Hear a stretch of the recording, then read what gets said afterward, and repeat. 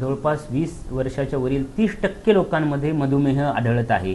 म्हणजे दर 3 पैकी एका व्यक्तीला मधुमेहाचा आजार आहे आणि 50 वर्ष गटावरील जवळपास 50% लोकांना मधुमेह आहे। मग एवढं जास्त डायबिटीजचं प्रमाण आपल्या देशामध्ये का आहे? तर ह्याचं मुख्य कारण आहे आपली चुकीची आहार पद्धती। आपल्या आहारामध्ये आपण मुख्यतः कार्बोहायड्रेट म्हणजे कार्बोदकाचं प्रमाण घेतो, म्हणजे साखर आणि साखरजन्य इतर पदार्थ जसं आपली चपाती असेल, भात असेल, भाकर असेल, ह्याचं प्रमाण जास्त घेतो आणि त्यामुळं वाढते, नुसती साखरच वाढत नाही तर त्यामुळे आपली चरबी वाढते। भारतीयामध्ये आपण बघतो की मेनली त्यांची पोटावरील चरबी जास्त आहे, ज्याला आपण म्हणतो सेंट्रल ओबेसिटी।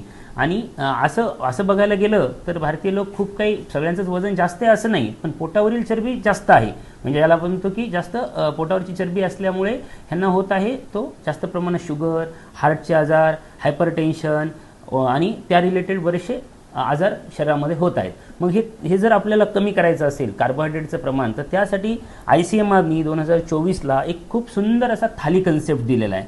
तर ह्या कन्सेप्टमध्ये काय सांगितलेलं आहे की आपण जेव्हा जेवणाचं ताट घेतो ते आपलं कसं असलं पाहिजे ताट, तर ही एक अशी थाळी असली पाहिजे ज्यामध्ये की जवळपास 50% 50% हे असलं पाहिजे आपलं व्हेजिटेबल्स आणि फ्रूट्स, ओके, ज्यामध्ये की आपल्याला भेटणार जास्तीच्या प्रमाणामध्ये मिनरल्स, विटॅमिन्स, फायबर हे आपल्याला मदत करेल आपलं वजन नियंत्रणात ठेवण्यासाठी, साखर कमी ठेवण्यासाठी आणि ओव्हरऑल आपल्या बॉडीला इम्युनिटी बूस्टर म्हणजे बऱ्याच आजारापासून संरक्षण देतो। तर आपण, आपला देश मित्रांनो कृषीप्रधान देश आहे, आपल्याकडे सर्व प्रकारच्या भाजीपाला मिळतो। तर आपण भाजीपाला एकतर तुम्ही कच्चा खाऊ शकता किंवा त्याला उकडूनही खाऊ शकता, त्यानंतर फळांचाही समावेश करा, ओके। आणि मग ह्या अर्ध्यानंतर उरलेल्या अर्ध्या भागामधील 1/4 भागामध्ये पाहिजे हे प्रोटीन किंवा प्रथिनाचं प्रमाण।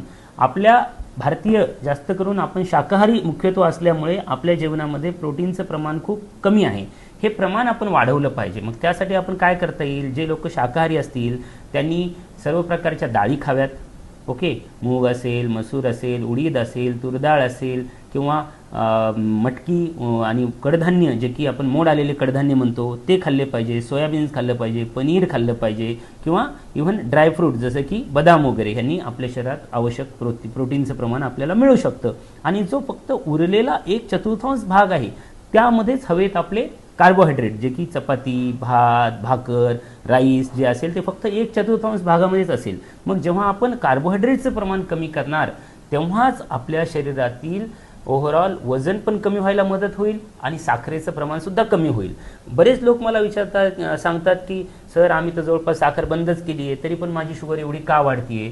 तर नुसतं साखरच नाही तर हे जे कार्बोहायड्रेट आहे त्याचं पण रूपांतर साखरेतच होतं आणि त्यामुळे साखरेची पातळी वाढत असते। तर इथून पुढे मित्रांनो तुम्ही काय करा, हा थाळीचा फोटो कलर प्रिंट करून तुमच्या जेवणाच्या ठिकाणी, आपण ज्याला म्हणतो की डायनिंग टेबलच्या ठिकाणी लावा आणि रोज हे फॉलो करण्याचा प्रयत्न करा। ह्याने आपण नक्कीच मधुमेहाला होण्यापासून वाचू शकतो किंवा झाला असेल तर नियंत्रणात ठेवू शकतो। थँक्यू।